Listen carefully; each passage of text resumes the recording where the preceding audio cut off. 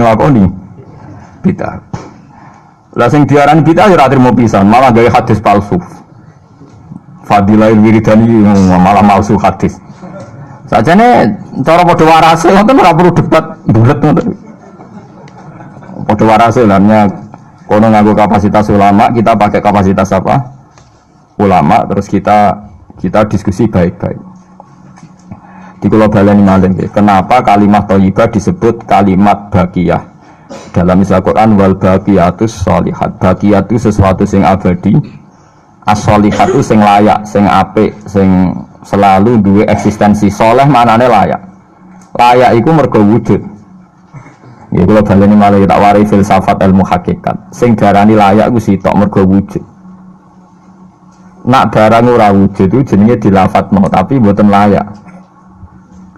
Jadi barang ana sing dilafadzno tapi ora layak, ana sing ora usah dilafadzno tapi wis layak disebut sholihat. Saleh maknane apa? Layak atau punya eksistensi. Misalnya begini ya, kula tak warai ya ben sampean nang lafadzno la ilaha illallah itu benar. Ketika manusia itu menganggap yasumu maknanya menganggap itu sesuatu tidak ada tapi dianggap nopo ada, itu jenenge menganggap. Ketika manusia itu menganggap bahwa tidur itu penting, kalau orang tidak tidur itu maka dia akan lemah, kalau orang tidak makan itu dia akan mati. Sebetulnya semua ilmunya manusia itu menganggap, karena diulang-ulang oleh satu kejadian, kalau nak gak mangan itu lesu, nak gak turu itu lemes, terus dia menganggap kalau gak tidur itu orang mati, kalau gak makan itu orang mati. Itu ilmu yang dikatakan oleh para ahli hakikat hanya menganggap itu sah, karena anggapan manusia salah itu sah, keliru ya sah, benar ya sah, tapi ya hanya anggapan. Tapi dalam ilmunya Allah Ta'ala sing abadi, kehidupan itu tidak bersyarat makhluk itu harus makan, dan Allah bisa membuktikan itu lewat Allah menciptakan apa? Malaikat. Nah sehingga semua ilmu selain ilmu hakikat itu dalam bahasa ilmu hakikat disebut kita menganggap, kita merasa tahu. Bukan saya tahu, tapi saya merasa tahu. Nah, liane kalimat la ilaha illallah itu semuanya begitu. Kita merasa tahu bahwa kira-kira begini, kita melihatnya begini.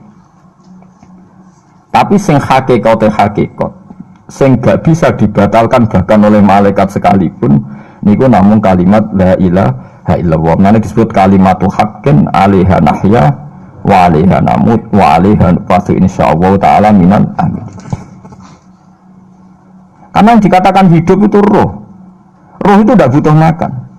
Ketika jasad itu mati, hancur, itu rohnya kan masih hidup. Dia pindah di alam ulya sana. Roh itu hayat itu dari kata roh. Roh itu maknanya hidup, hayat maknanya hidup. Roh dan hayat ini satu sistem yang kita tidak tahu, yang tahu hanya Allah. Ini tidak butuh makan. Sing butuh makan, butuh utang, butuh bodoh ini itu jasad. Paham ya?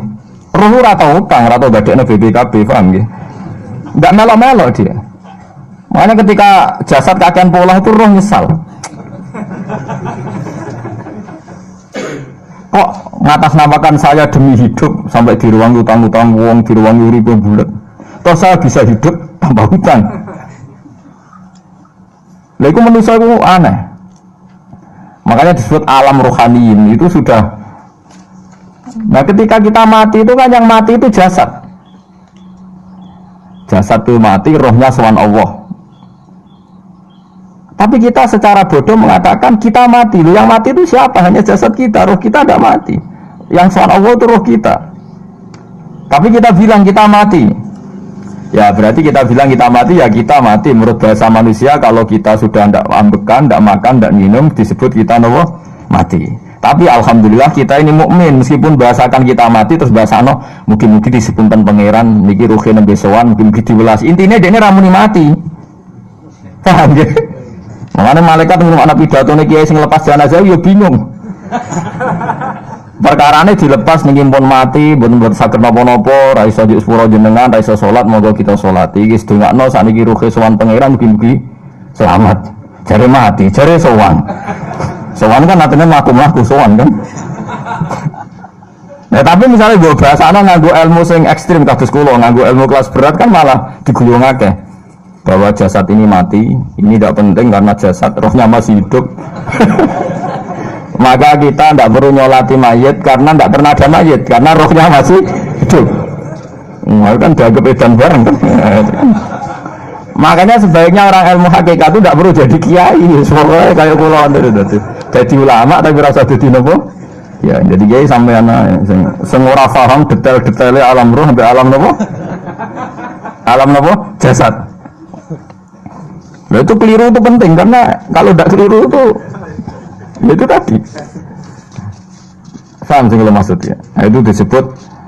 Nah, kalau sama tanya, lalu roh itu di mana Gus? Ya nggak ada jawabannya. Wong Rasulullah saja yang orang paling pinter di dunia, orang paling tahu wa yasalunaka anir ruh kulir ruhu min amri rabbi. Roh itu urusannya pangeran.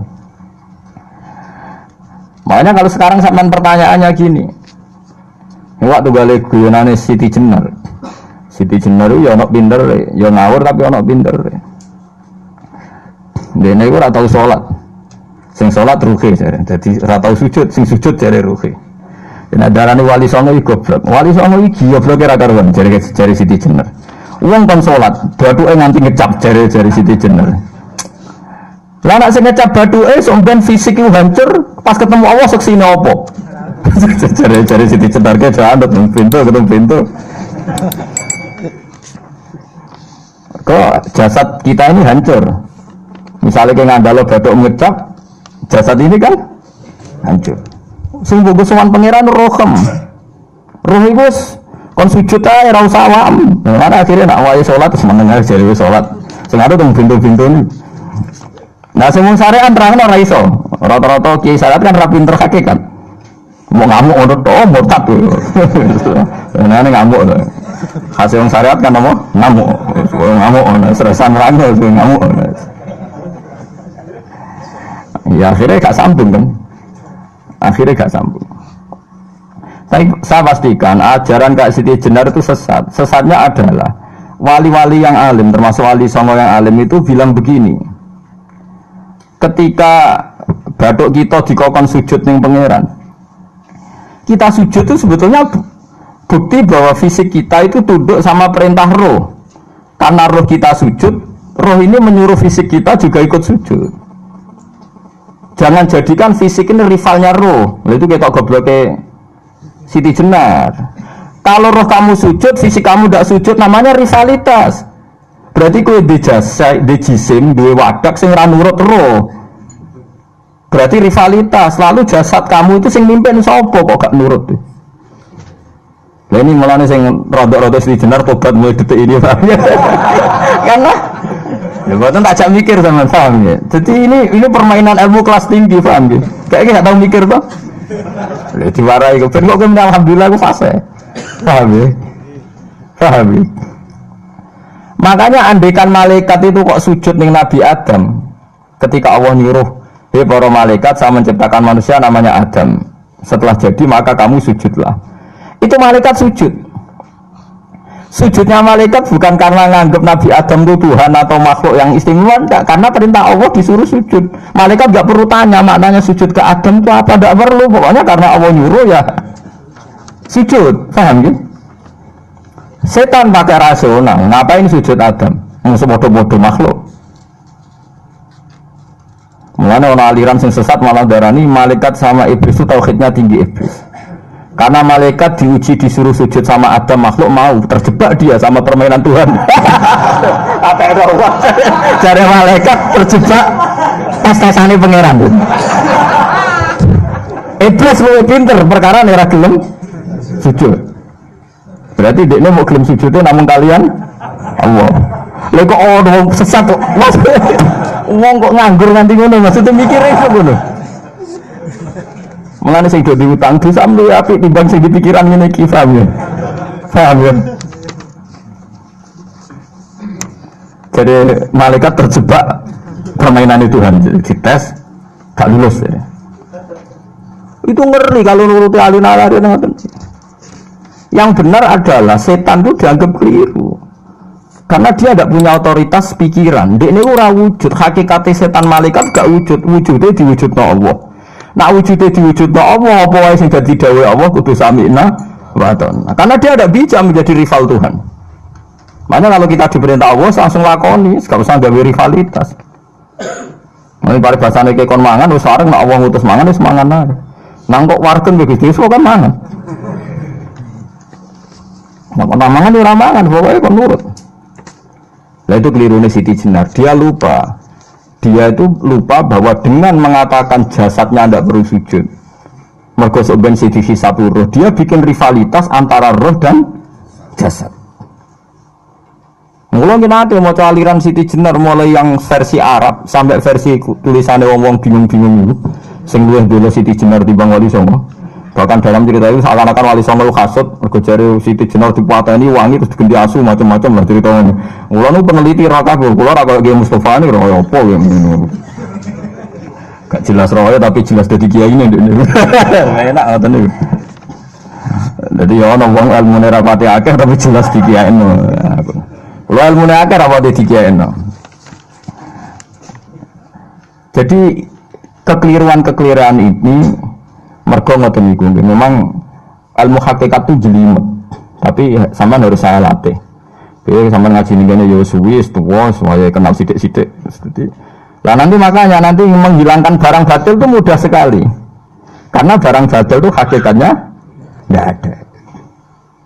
Mbok ana wong muni sak miliar ditambah 1 triliun jumlah 5 rupiah, mbok sing disebut angka sak miliar sak triliun lafaz ini enggak ada. Lafaz ini enggak ada, fakta ini enggak ada. Makanya disebut Quran iyaquluna illah kadzib. Sebagian Quran istilah lebih ekstrim. Kaburos kalimatan takhruju min afwahihim. Kalimat itu menjadi besar karena ada yang melafatkan, tapi kalimat ini tidak pernah menunjuk hakikat. Lengge itu, misalnya wong nyebut iki geni, wong ki HP kok darani geni, itu pernah ada kalimatnya tapi tidak ada faktanya. Ini batu disebut itu Tuhan, yang benar itu batu disebut Tuhan itu kan kalimat sing ada kalimatnya tapi tidak ada faktanya. Paham ya? Ini disebut kaburos kalimatan sing takhruju min afwahim. Terus iyaquluna illa kadiba. Mereka hanya ngomong secara dusta. Sebetulnya kalau barang hakikat itu tidak usah diomongkan. Itu di kalimatu haqqin 'alaiha nahya wa 'alaiha namut wa 'alaiha nuqasu insyaallah taala minal amin. Tapi kalau kalimatul batil kalau enggak diomongkan enggak ada yang ngomong. Karena harus diomongkan. Itu pun enggak menunjuk apa? Enggak menunjuk apa? Hakikat. Lah semua manusia itu ngomongnya itu rodok-rodok ala zamihim sesuai klaimnya. Mulane omongane sampean bingung nama malaikat. Saya jamin, mungkin sampean kenal malaikat kados kula niku malaikat sambat tenan mbok omongane sampean. Kok ndak gimana coba? Kita bilang saya ini kaya, baru punya uang banyak kaya. Malaikat sing nyekseni kekayaan Allah janggal kiri kok muni sugih. Terus kowe muni saya ini orang kuat karena saya presiden Amerika, saya presiden Indonesia orang kuat. Kita pun sebagai kiai bilang Jokowi itu orang kuat, presiden itu orang kuat. Malaikat sing roh langit bumi, sing roh Allah, dijayani Allah, pemene malaikat Israel. Mangkel sak boleh bahasa kuat tuh. Semuanya tak lepas ber, iso muni kuat itu kuat apa nih? Jadi bahasa manusia itu membingungkan semua. Coba Anda jadi malaikat Israel, terus orang peteta-petete muni kuat. Kuat temunin di tak pites setiap saat itu. Jadi bahasa manusia itu membingungkan semua. Makanya malaikat itu kuat yang uang ngomong gak jelas. Makanya mereka tidak dianggap temannya malaikat. Karena tidak wali, dia tidak tahu ilmunya malaikat. Lah wali itu tidak pernah terjebak omongan itu. Disebut ala inna awliya Allahi la khaufun alaihim.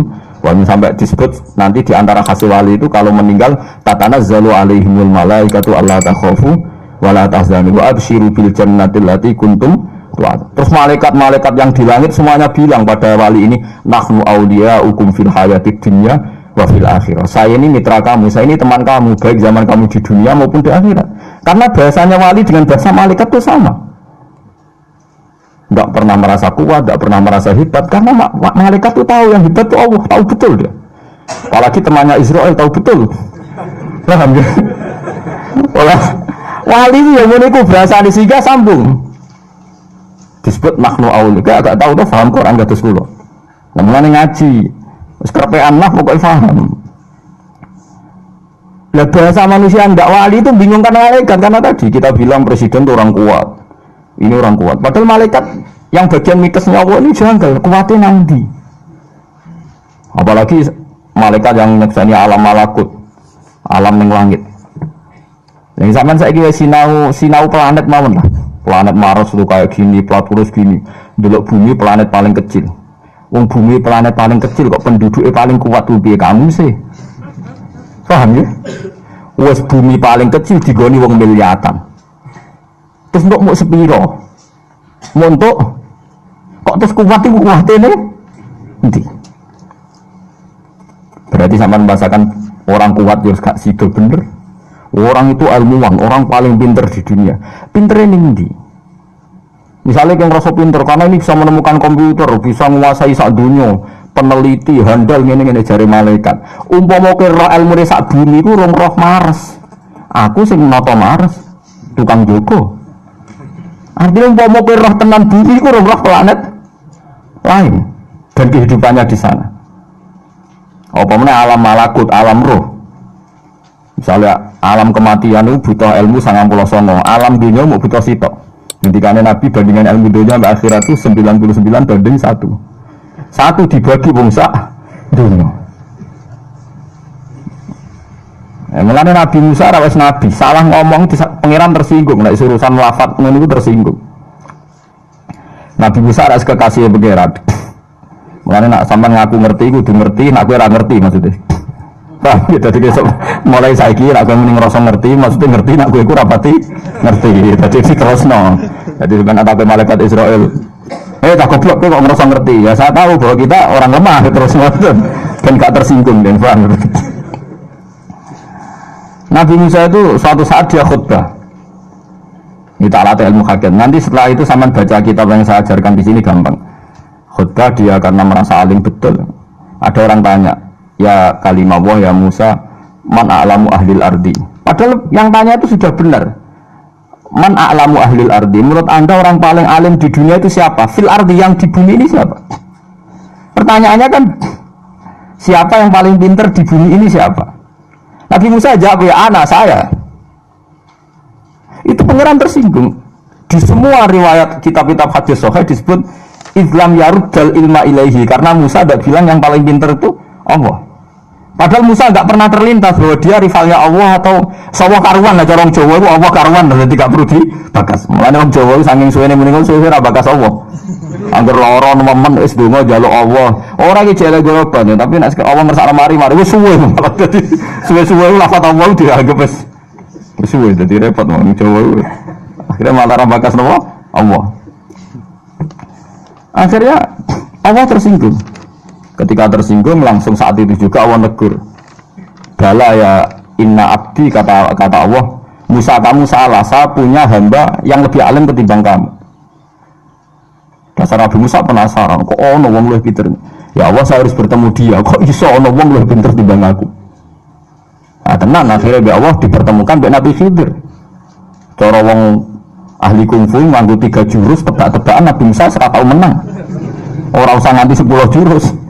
Jurus pertama Nabi Musa wis kalah, jurus kedua yo kalah, jurus ketiga kalah.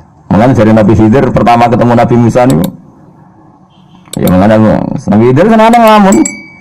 Wah dekne lugu ning farwatin khadra. Farwah niku lemek, khadra iku ijo. Terus mulane disebut Nabi Khidir senengane santai-santai tenggene napa nggih cara mriki karpet hijau.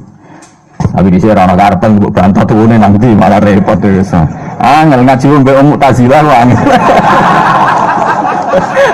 Tak kata tukune kapan tambah kredit ae malah repot.